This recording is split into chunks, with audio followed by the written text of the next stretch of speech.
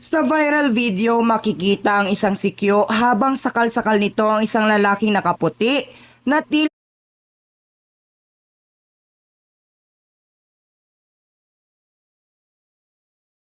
nahihirapan na sa paghinga at nagmamakaawang bitawan siya sa higpit ng pagkasakal sa kanya. Ayon nga sa mga saksi sa naturang lugar, magnanakaw umano ang nakaputi at ang lalaki naman na sumasakal sa kanya ay isang sikyo na malapit lang sa lugar. Mapapansin mo rin sa video na biglang nawala ng malay ang magnanakaw at ayon sa update, pumanaw na umano ito dahil sa higpit ng pagkasakal sa kanya. Makikita pa na nahulog ang mga dala nitong barya matapos mawala ng malay at biglang tumigas ang mga kamay nito. Bago umano makorner ng lalaki ang magnanakaw ay hingal na talaga ito at bigla pang sinakal kaya naubusan talaga siya ng hininga.